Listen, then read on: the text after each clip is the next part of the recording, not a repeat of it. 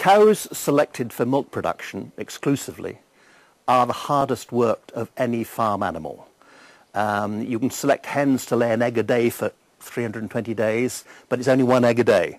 With cows, you more or less go on selecting indefinitely to produce more and more and more milk.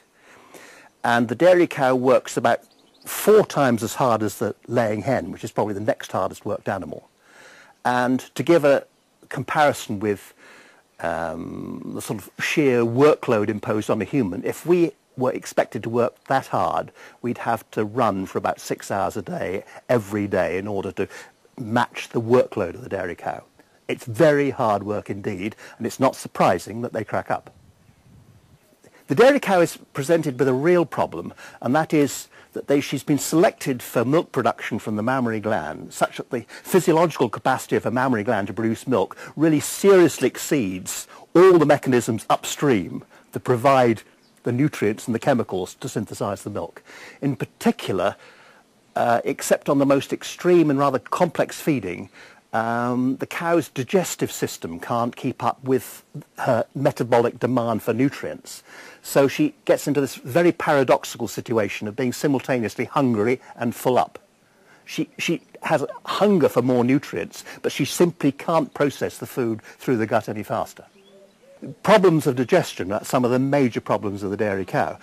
So she's faced by a dilemma which she can't resolve, that she feels the metabolic need to take in more food, but her guts are telling her that they're, amongst other things, just full up.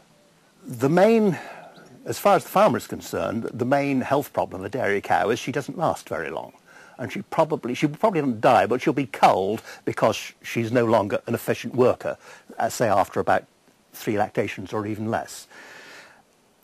Usually the thing that gives up on cows that really stops them is infertility. They're like emaciated women or girls with anorexia.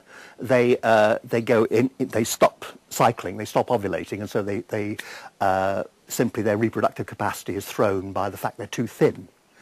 In addition to that, that may not be such a welfare problem for the cow. It is for the farmer.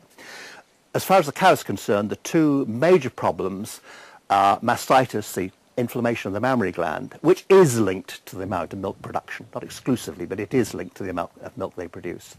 And overwhelmingly, for the dairy cow, the biggest problem is lameness, chronic, genuinely painful foot lameness that can affect up to 20% of the herd at any one time. For many intensive farm animals, you could argue that the major problem is boredom. They're stuck in the house with nothing to do. The major problem for the high-yielding dairy cow is that she has too much to do. She has little or in fact no spare time. She has to eat for about 6 hours a day, or at least 4 hours a day. Ideally she would like to rest 11 hours a day, but seldom gets the opportunity. She's got to stand around to be milked 2 or 3 times a day, and almost all the time she's engaged in activities essential to the maintenance of life. And we and others have looked at behavioural budgets of cows, and we find that when you get to about sort of 50 or 60 litres of milk a day, the amount of time that a cow spends doing absolutely nothing just disappears. They have no spare time left. A recipe for a happy cow life would be a farm where a cow had some reasonable control over its own environment, where to a large extent it could decide what to do and do the things it favoured, and that would certainly include going out into fields.